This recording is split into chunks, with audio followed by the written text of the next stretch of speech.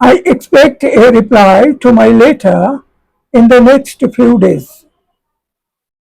আমি আশা করছি আগামী কয়েকদিনের মধ্যে আমার চিঠির একটি উত্তর আসবে। Have you visited London? Not yet. আপনি কি কখনো লন্ডনে গিয়েছেন? এখনো যাইনি। The best way to learn a language is by speaking a little every day.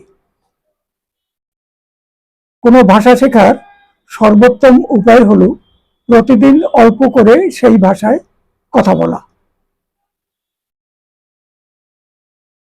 She told me that he had been working in Spain the previous year.